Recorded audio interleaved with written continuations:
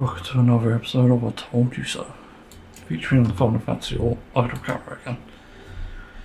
And yeah, I've got a question. Is the world ending? And I've got to answer that with a tangent, because that's how we answer it. So to sort of tell people what's going on around the world, give some insight.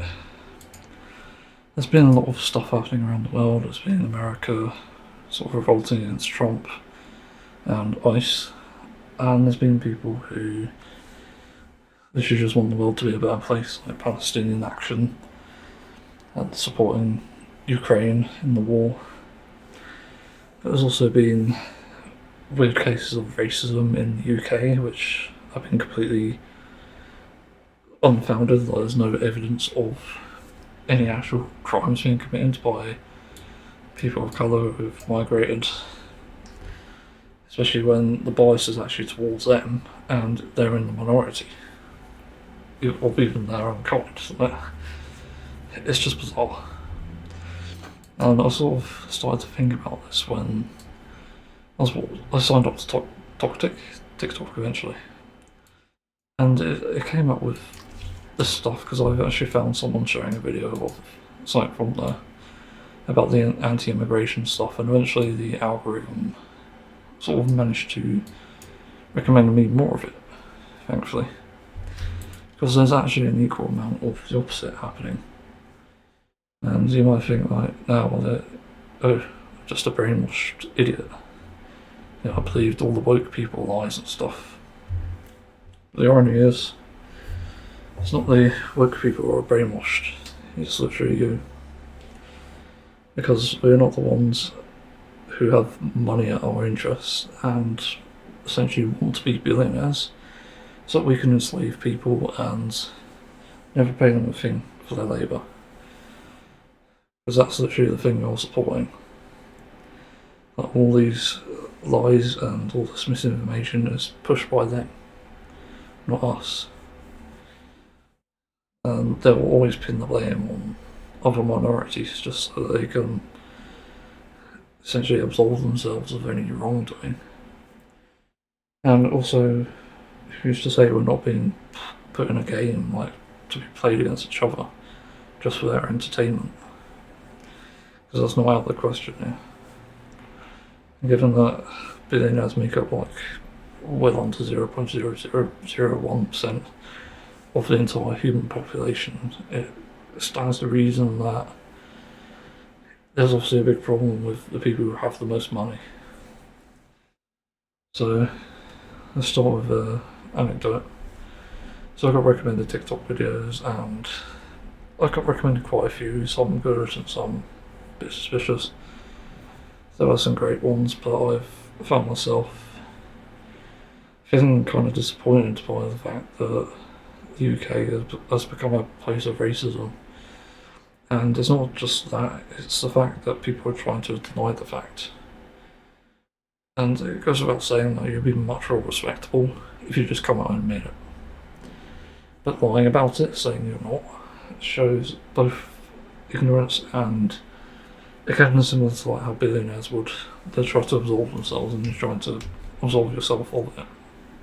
Because it literally is racism. You're using someone's race or ethnicity against them, and unrationally so. Like, there's no reason for it to associate them with a crime or a moral atrocity. So I prefer to say it because I don't really prescribe the law anymore. The law's done nothing for us, and we should do anything for it.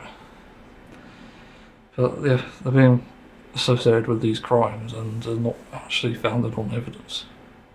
In fact, the common headline is it's more like alleged and supposedly, rather than convicted. So the evidence also doesn't support that even being a thing, and even then, it's a minority within a minority who make up possibly less than 1%. Whereas, obviously, white British people, if you looked at the crimes they committed, they make up a larger percentage.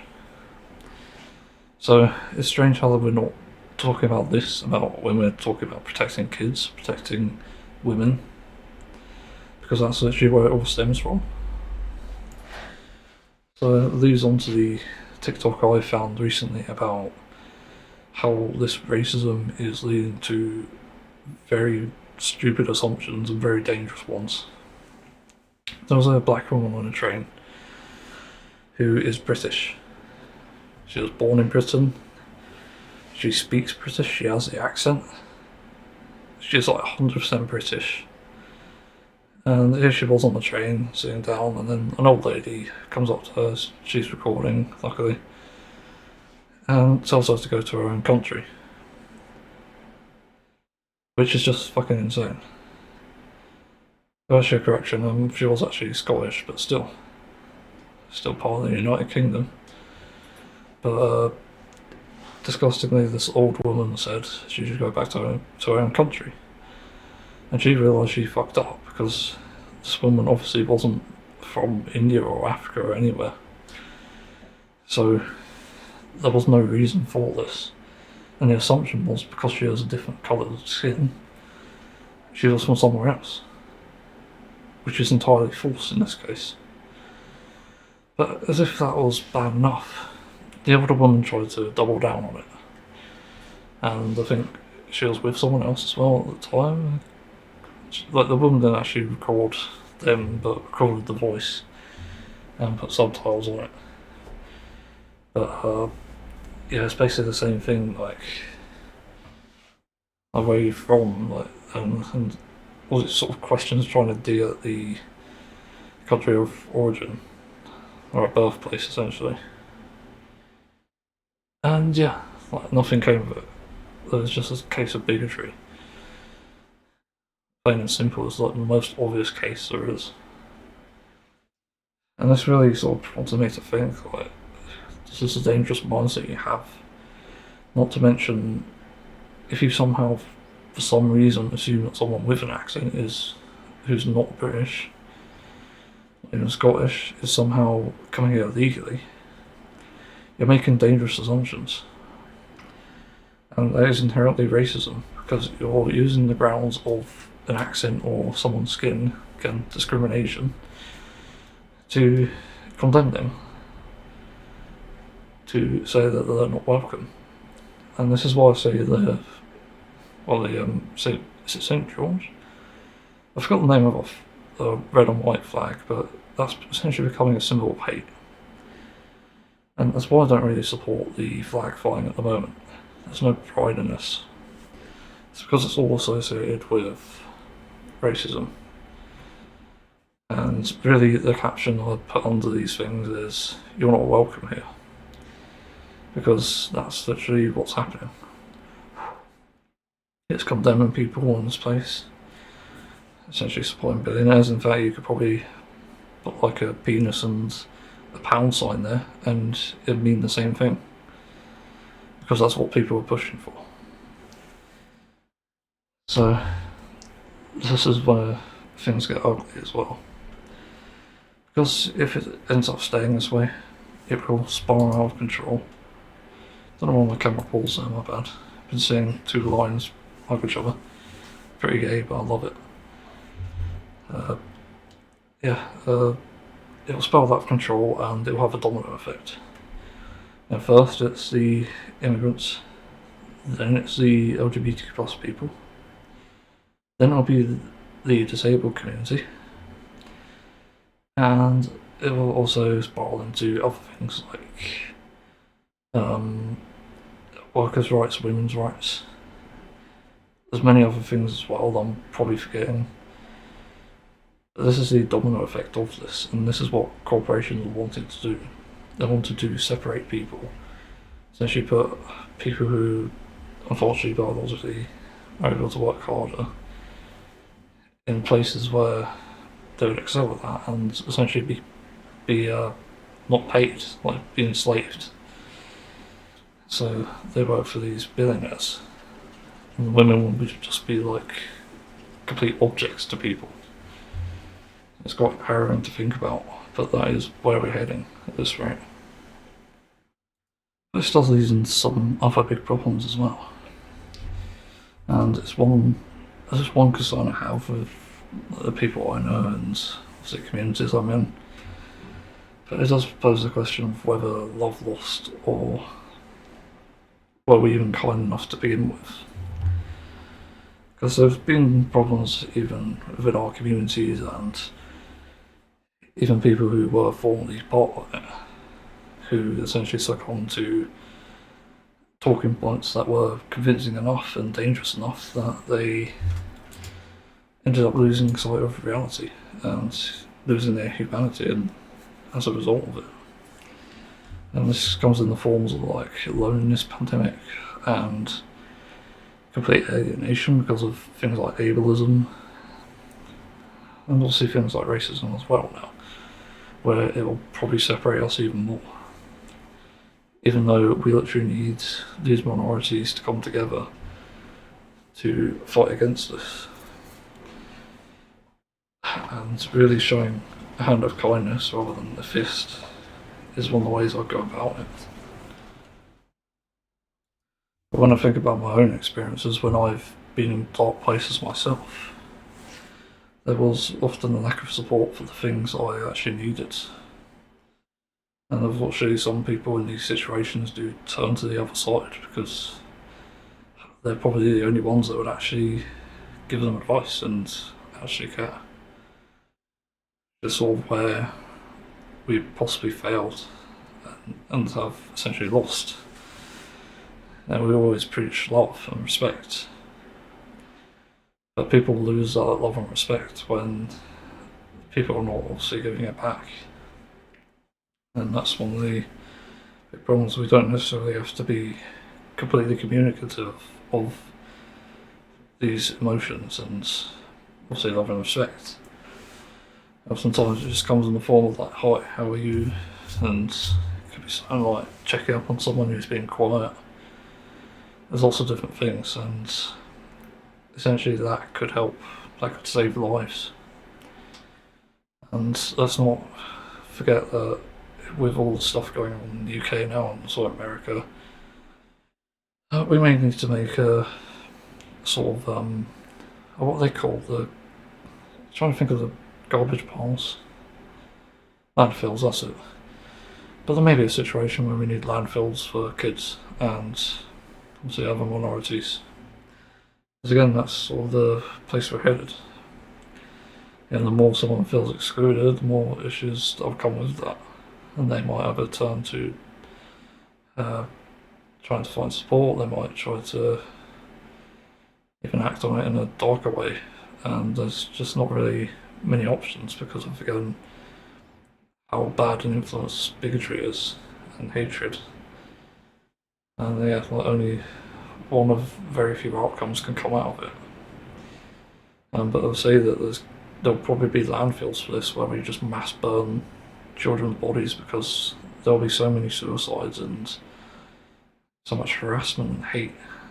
Well, let's not forget the fact that people who claim to care about children will often be the ones who hurt them and kill them. It's never really about protecting them in the end, it's about protecting their ideology or just complete bigotry. And it's all in the name of hate. There's no love for children. But if hate is somehow protection, then like fuck me, I guess. That's what people want, and that's what's going to happen.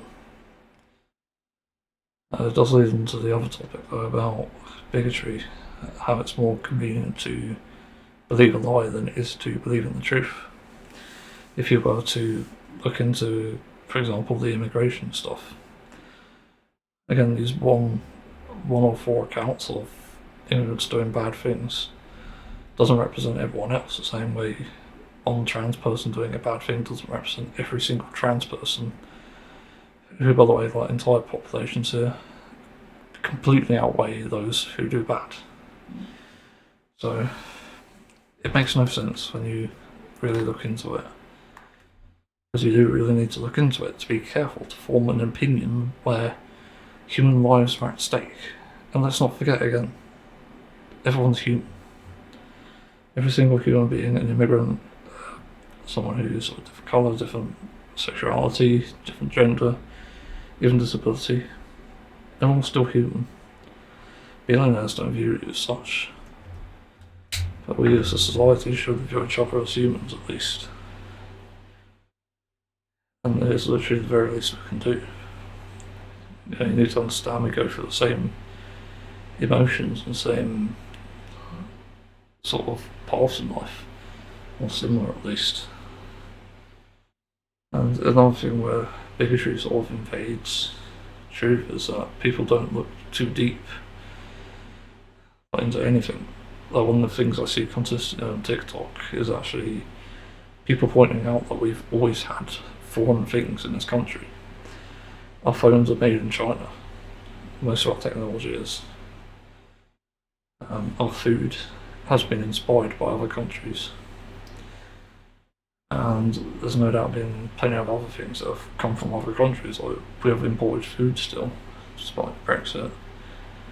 But that's still a thing. Like we can't ignore this. That's always been a part of our culture. And without foreign people, we wouldn't have that. Otherwise, all we have is like fucking fish and chips, probably, and pies. Like, that's boring as hell. Like, I love my curries. I like my Chinese food as well. Whenever I can get it anyway, I'm vegan, so there's not much out there, unfortunately. Yeah, there's like so many cultures and influences that we have. And it's also bringing the topic of God versus science, where that sort of became a thing. Because it sort of started with a story here, and I could be wrong on this, it's just my complete theory at this point. But the way I've seen it is when we've introduced technology and tried to observe the world through an unbiased lens, we found much evidence against the contrary.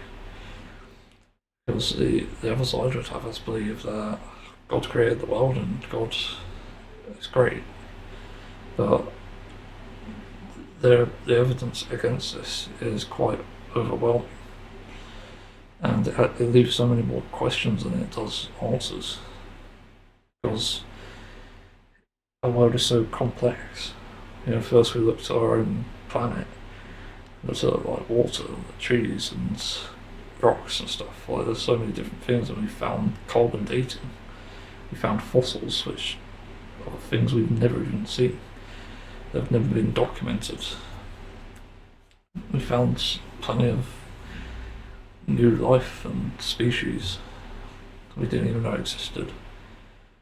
And eventually we found a technology, and that allowed us to look into space and figure out that we're not on a flat Earth, we're on a globe.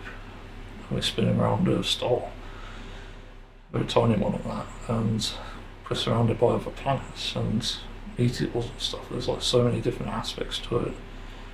And we've even gone as far as to find the pillars of creation and well, not see the edge of the universe, but see things beyond our scope, things that we wouldn't see in the night sky usually.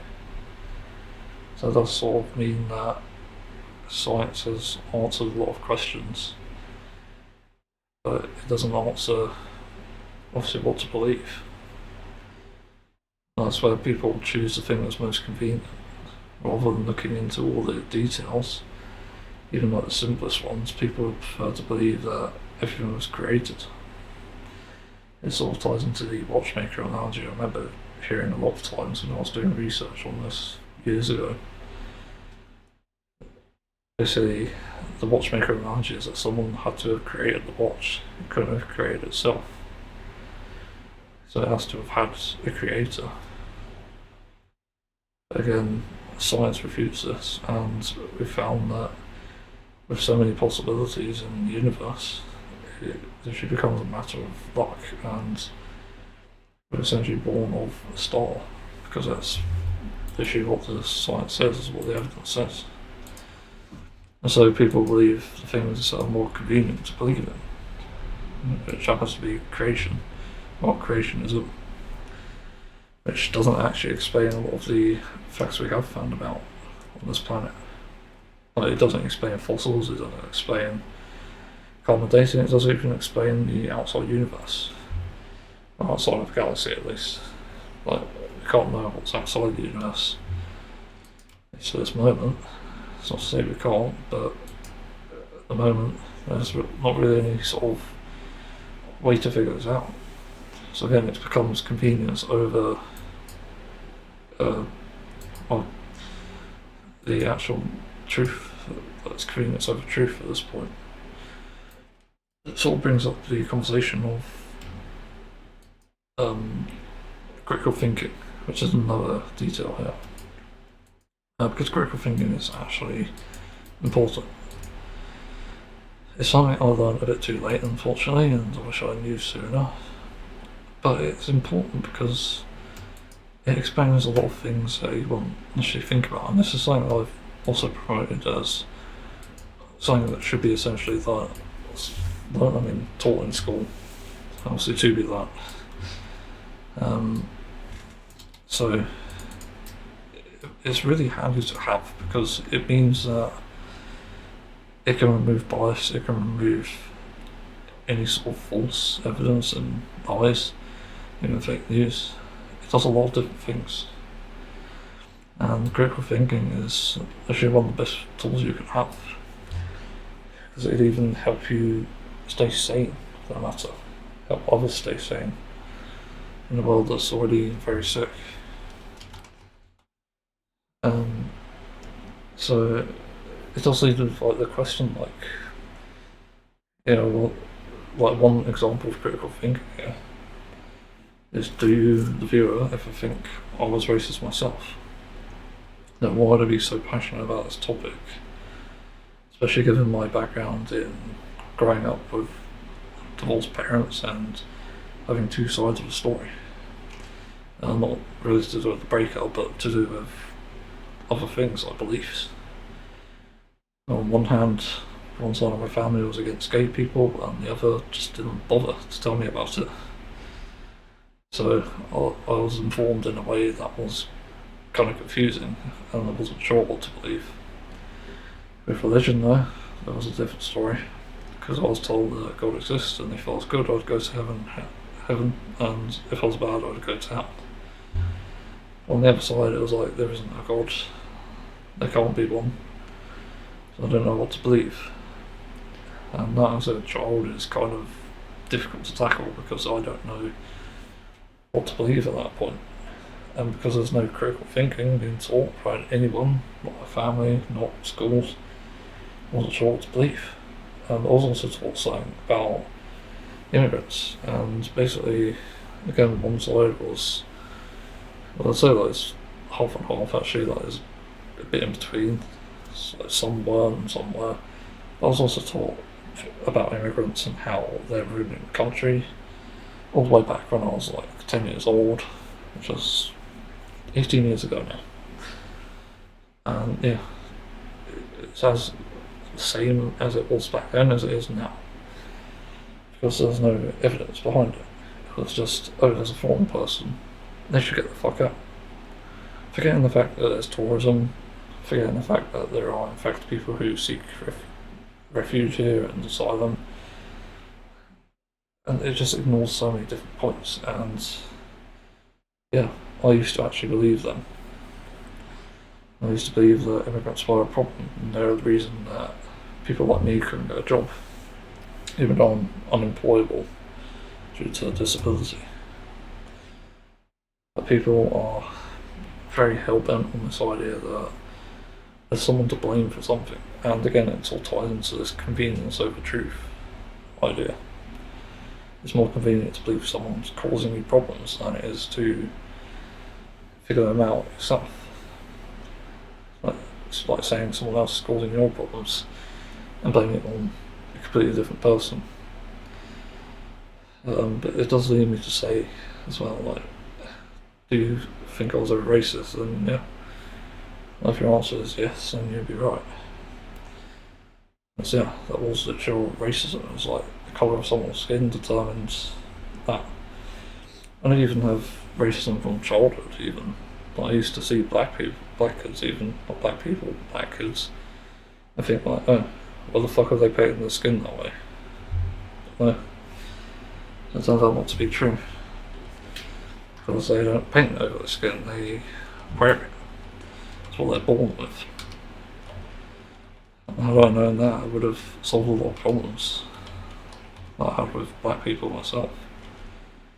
And I've never really had a bad experience with a black person, which speaks volumes to their true intent, contrary to what people want to believe. And yeah, like even people from my school, like never had a problem with the black kids. There's never a problem. There's never anything dodgy either. Like, I never heard of them doing drugs, I never heard of them doing anything like this, but even then, if they were doing drugs, critical thinking, that'd have you look into it and think, where the hell does this come from? Why would they do that? Especially as a kid. And really the answer comes in the form of like, oh, these billionaires are putting them into poverty, so of course they're gonna go into drugs and find either a coping mechanism or a source of income.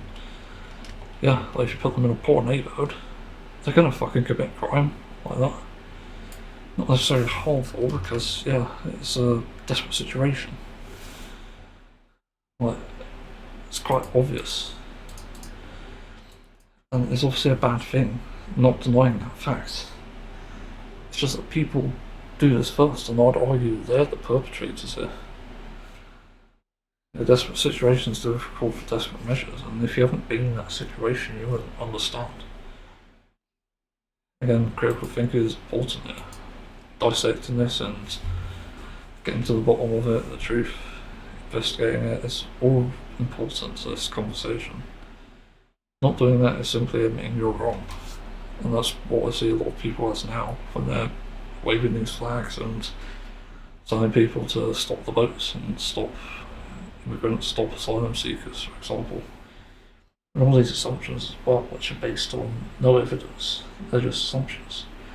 And like, just being honest here, what this sounds like, and I'm one to pull off the mask here on other people, it literally sounds like you sat down with your dad, your granddads, your brothers and sisters, and just held this in a conversation.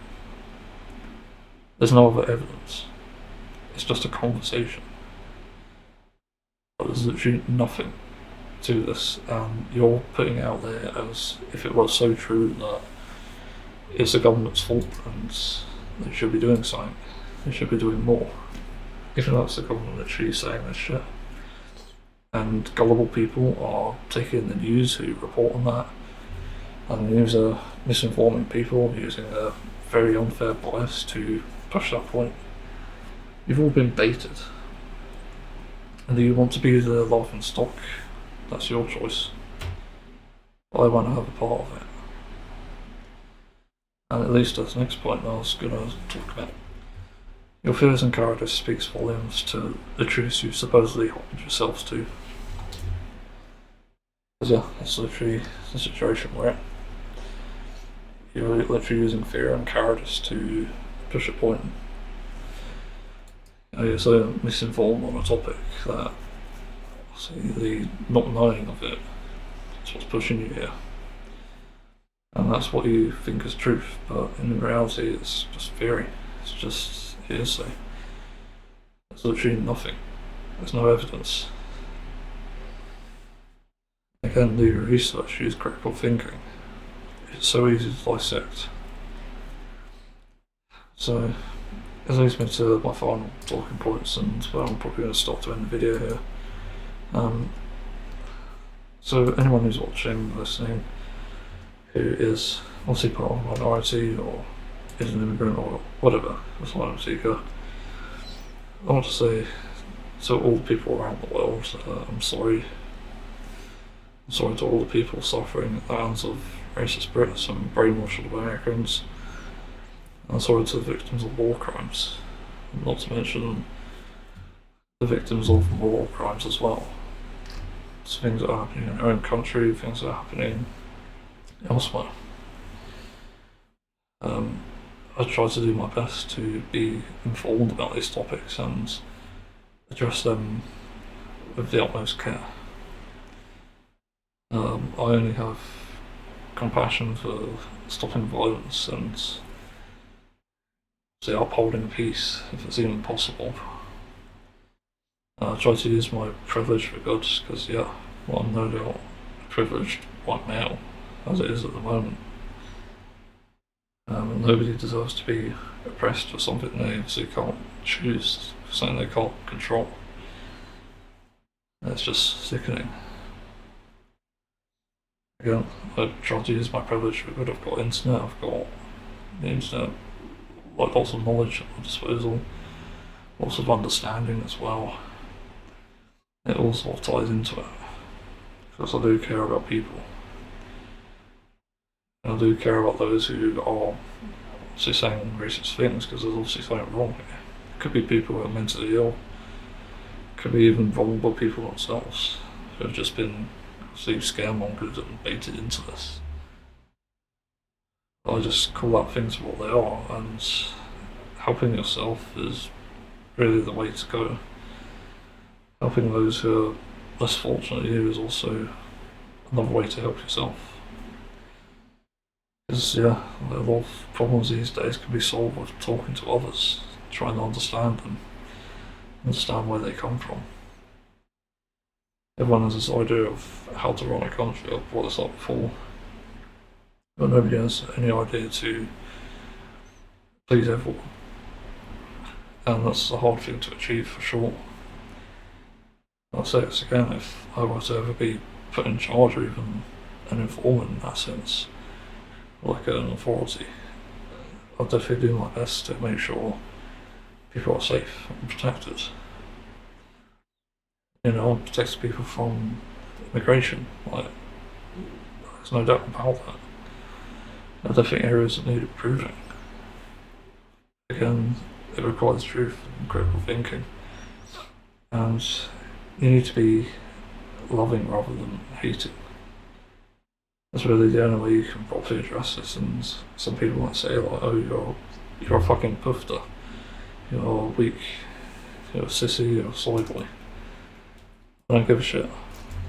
I have more strength than you ever would. Not just physically, but mentally. I've been through a lot in my life. But I've been through less than others have. There's people who've been through worse. There's people who've been through wars. There's people who've been through tragedy and even trauma. There's so many different factors here. So I can't ever claim to be more or less impacted than others. And I can assure you I've been through my fair share of hardships and just different walks of life and stuff. But again, I try my best to promote kindness and peace. I don't want the world to end. There's still many things to address. There's wars to solve. There's climate change to get on top of and address. There's even animal rights issues and lots of human rights issues to get around to. Just a lot going on, and yeah, I've pretty much said everything I can here to try and convince people of the opposite. And not again, using critical thinking. I used to be homophobic, I used to be transphobic, I used to think that, I'll say, like, gay people definitely have no reason to do it. Like, why the fuck would you ass fuck each other when that could clearly hurt? And that just wasn't the case. Ironically, I've been a closet pansexual guy since childhood.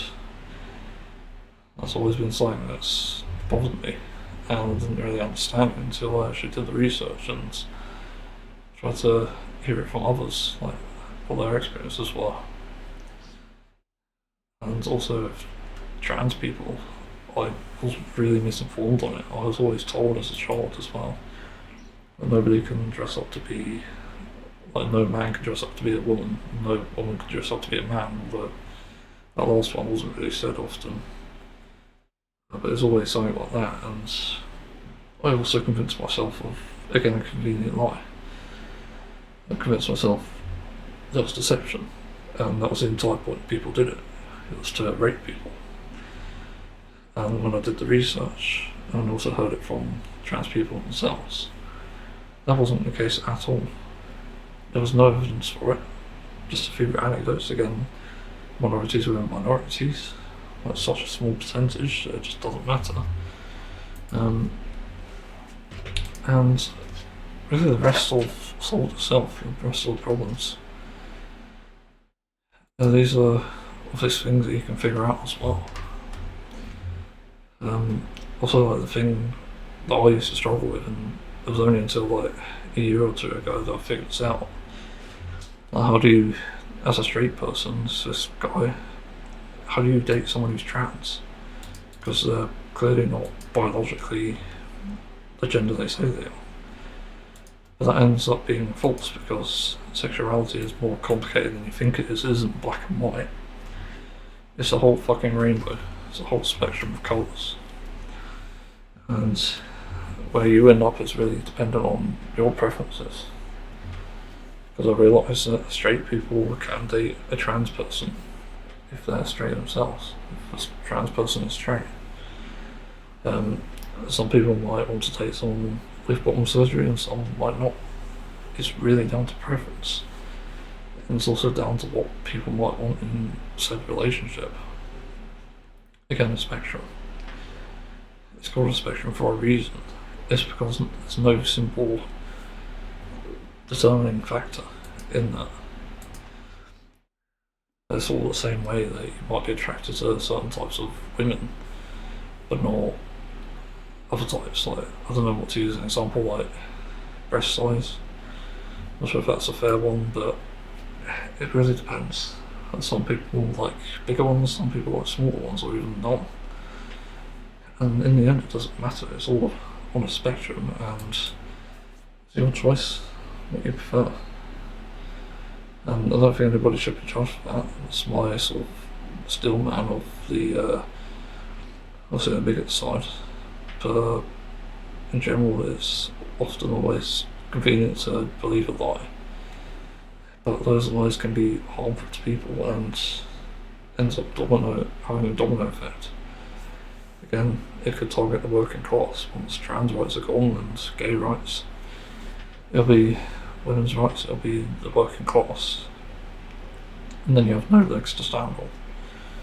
And the only people to blame then are yourselves.